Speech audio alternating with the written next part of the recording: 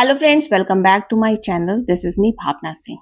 आज हम बात करने वाले हैं उस गांव के बारे में, सौंदाला, जिसे जाति मुक्त बनाया गया है। वहां के सरपंच द्वारा एक प्रस्ताव पारित किया गया है जिसमें कोई भी भेदभाव किसी भी जाति, नस्ल, पंथ, धर्म के आधार पे कोई भी भेदभाव नहीं होगा। महाराष्ट्र के एक गांव में एक अनोखी पहल शुरू करी गई है। 5 फरवरी को ग्राम सभा सौंदाला में एक ऐतिहासिक प्रस्ताव पारित कर दिया गया है, जहां पे इस गांव को सौंदाला, जो कि महाराष्ट्र का एक गांव है, उसे जाति मुक्त घोषित किया गया है।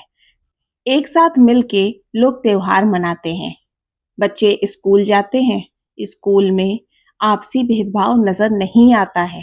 साथ में हिंदू, मुस्लिम, ईसाई सारे धर्म के बच्चे पढ़ते हैं, सारे धर्म के बच्चे भी पढ़ते हैं, सारी जातियों के बच्चे भी पढ़ते हैं। साथ में वो एक दूसरे का त्योहार मिलके मनाते हैं। बच्चों में कोई भेदभाव नहीं है, बच्चे एक साथ रहते हैं, खेलते हैं, कूदते हैं, एक साथ खाना खाते हैं।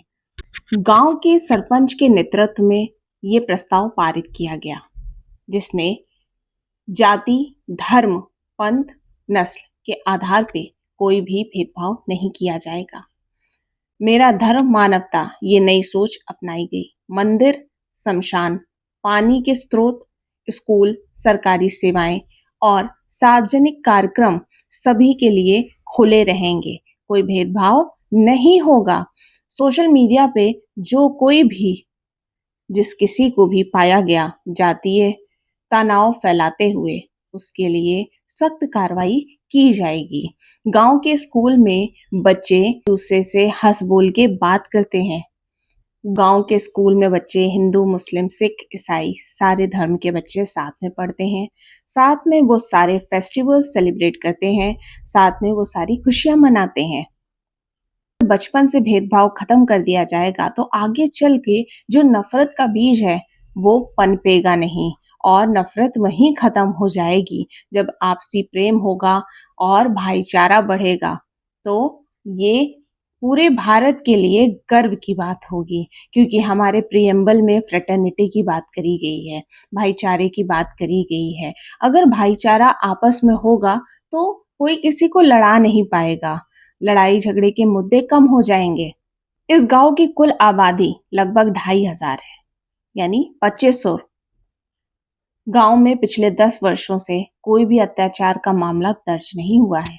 उस गांव में विधवाओं के लिए एक बहुत बड़ा स्टेप लिया गया। विधवा पुनर्विवाह प्रोत्साहन शुरू किया गया सितंबर 2024 से। महिलाओं के खिलाफ जो कोई भी अपशब्द यूज करते थे, उस पे भी प्रतिबंध लगा दिया गया। महिलाओं को एम्पावर करने की बात करी गई है, महिलाओं के सशक्तिकरण की बात करी गई है।